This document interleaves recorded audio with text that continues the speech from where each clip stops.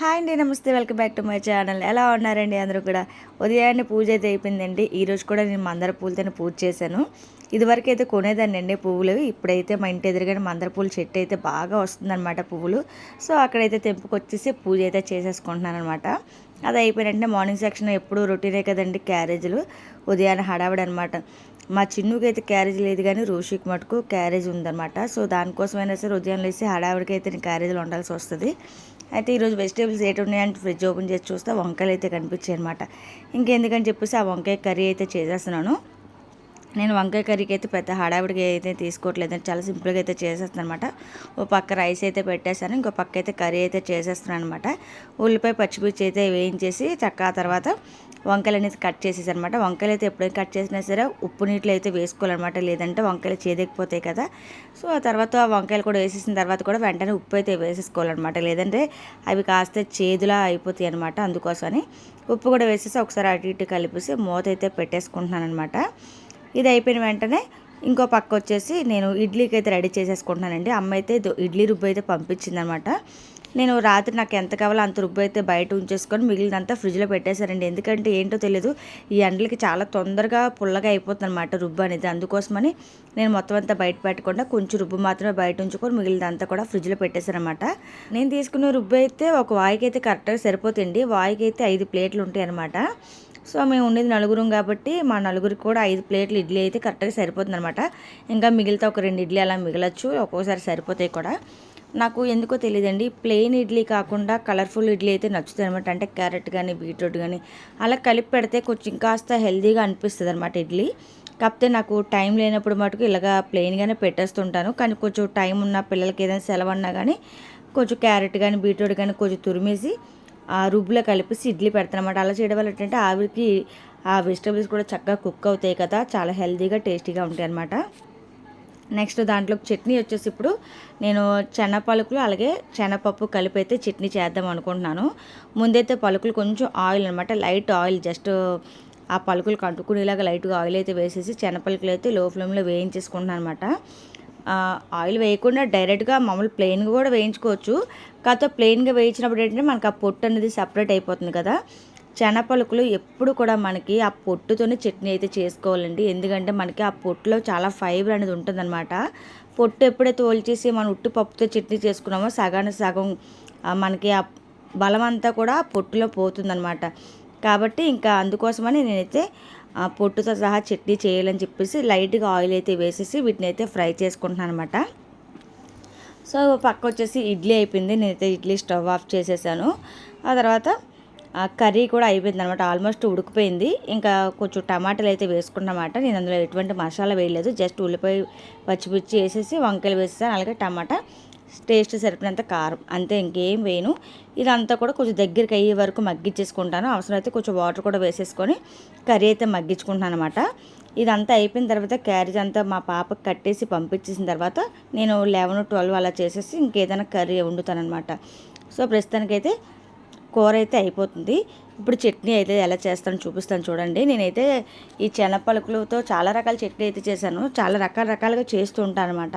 So అందులో ఇది ఒకటి శనగపలుకులు వేసేసుకున్నాను, అలాగే వేపిన పప్పు, పచ్చిమిర్చి పచ్చిగా వేస్తున్నాను అనమాట, అలాగే జీలకర్ర, చిన్న అల్లం ముక్క, చిన్న చింతపండు అయితే వేస్తున్నానండి. ఎప్పుడు నేను చింతపండు అయితే వేయను, కాకపోతే వేస్తే బాగుంటుందని ఈ మధ్య చాలామంది దగ్గర విన్నాను అనమాట.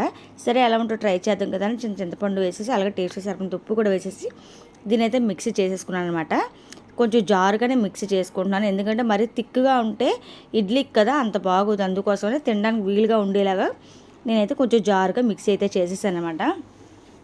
ఒక్కొక్కసారి నేను పలుకులతో పాటే జీలకర్ర పచ్చిమిర్చి అవన్నీ వేపేసి కూడా చేస్తానండి. మనం వేయించిన దాన్ని బట్టి మనకి టేస్ట్ అనేది మారిపోతుంది అనమాట. సో ఒక్కొక్కసారి ఇలాగా నేను మార్చి చేస్తూ ఉంటాను అన్నమాట చట్నీ. దాంట్లోకి పోపు అయితే ఆవాలు, తర్వాత ఎండుమిర్చి, కరివేపాకు అయితే వేసేసి పోపు వేసేసాను అనమాట. నాకు చట్నీ అయితే రెడీ అయిపోయింది.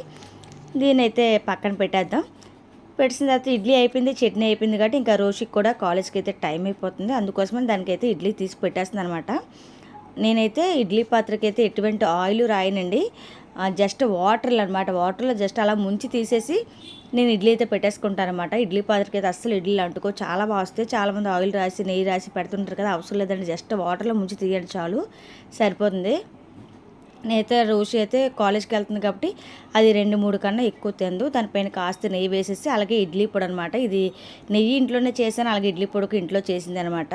అవి 2 వేసేసి కొంచెం చట్నీ కూడా వేసి ఇచ్చేస్తే తనైతే టిఫిన్ చేసేస్తుంది అనమాట. తన పక్క టిఫిన్ చేసేస్తుంది, నేనైతే ఇంకో పక్క లంచ్ బాక్స్ అయితే రెడీ చేసేస్తాను అనమాట. ఎందుకంటే టిఫిన్ చేయగానే పరిగెడుతుంటాను, 8 కల్లా రోడ్డు మీద ఉండలేదు అంటే కనుక బస్ మిస్ అయిపోతుంది, కాలేజ్కి లేట్ అయిపోతుంది అనమాట. అందుకోసం చాలా హడావిడిగా పని అయితే ఉంటుంది అనమాట నాకు. సో తనలో వెళ్ళిపోయిన వెంటనే నాకైతే ఫ్రీ అయిపోయినట్టు అనిపిస్తుంది ఒక్కసారిగా. సో లంచ్ బాక్స్ అయితే కట్టేసి ఇచ్చేసాను, తను కూడా వెళ్ళిపోయింది. ఆ తర్వాత వచ్చేసి నేనైతే బార్లీ వాటర్ అయితే పెడుతున్నానండి. ఈ బార్లీ వాటర్ అయితే ఎండాకాలంలో చాలా చాలా చలవ చేస్తుంది అనమాట మనకి. ఇది ఎక్కువగా మరబెట్టి పెట్టేసుకున్నాం అంటే కనుక పిల్లలు వాటర్ అడిగినప్పుడల్లా ఈ వాటర్ ఇచ్చేస్తుంటే చాలా మంచిదండి. అసలు ఎర్లీ మార్నింగే నేను అసలు చేసి ఉంచాలి రోజు కాలేజ్ టైంకే, కానీ నేనైతే అప్పుడు నాకు వీలు అవ్వలేదు. ఇంత వేడి మీద తను పట్టుకెళ్ళడానికి కూడా అవ్వదని చెప్పేసి తనకు వెళ్ళిన తర్వాత మరబెట్టి ఉంచుతాను అనమాట. సాయంత్రం వచ్చిన తర్వాత తాగుతుంది. ముందైతే ఒక 2 స్పూన్లు బార్లీ గింజలు తీసుకొని నీట్గా కడిగేసి ఆ తర్వాత వాటర్ అయితే వేసుకున్నమాట. ఒక 2 లీటర్ల వరకు వాటర్ అయితే వేస్తున్నాను. నేను తీసుకున్న చెంబు అయితే లీటర్ వరకు ఉంటుందన్నమాట. సో ఆ 2 చెంబులు వాటర్ అయితే వేసేసి మరిగించి ఇందులో టేస్ట్కి సరిపోయిన ఉప్పు కూడా వేసేసుకొని బాగా మరిగిన తర్వాత స్టవ్ ఆఫ్ చేసేసుకొని చల్లారిన తర్వాత కొంచెం నిమ్మరసం అనేది కలుపుకొని తాగితే చాలా బాగుంటుంది అనమాట. ఇప్పుడైతే మరిగిపోయింది కదా, దీన్ని అయితే చల్లారిన తర్వాత నేను కలుపుతాను. మూత పెట్టేసి నేనైతే ఇప్పుడు కొంచెం పారాయణం అయితే ఉందో అక్కడికైతే వెళ్తుంది అనమాట. మా గుడి దగ్గర అయితే రామసేతు సత్సంగం అయితే ఉందన్నమాట ఒకరింట్లో. సో వాళ్ళ ఇంటికి అయితే వెళ్తాను అనమాట, జస్ట్ ఇంటి పక్కనే. అందుకోసం అని చెప్పి నేను ఎలా ఉన్నానో అలాగే వెళ్ళిపోయాను అనమాట, ఇంకా ఎక్కువ రెడీ అవ్వకుండా. అక్కడ ఏంటంటే ఇది పిల్లల చేత అయితే జరుగుతుందండి, పెద్దవాళ్ళు చేస్తాం లక్షవారం. ఇదైతే చిన్నపిల్లలది అనమాట. చిన్నపిల్లలది ఏంటంటే ఒక 11 రోజులు అయితే లైన్గా చేయాలని చెప్పి అనుకున్నాం అనమాట. సో రోజుకొకరింట్లో అయితే అలా జరుగుతూ ఉంది. ఇది ఎలా చేస్తాం అనేది కూడా ఒకసారి చూసేయండి మీరు.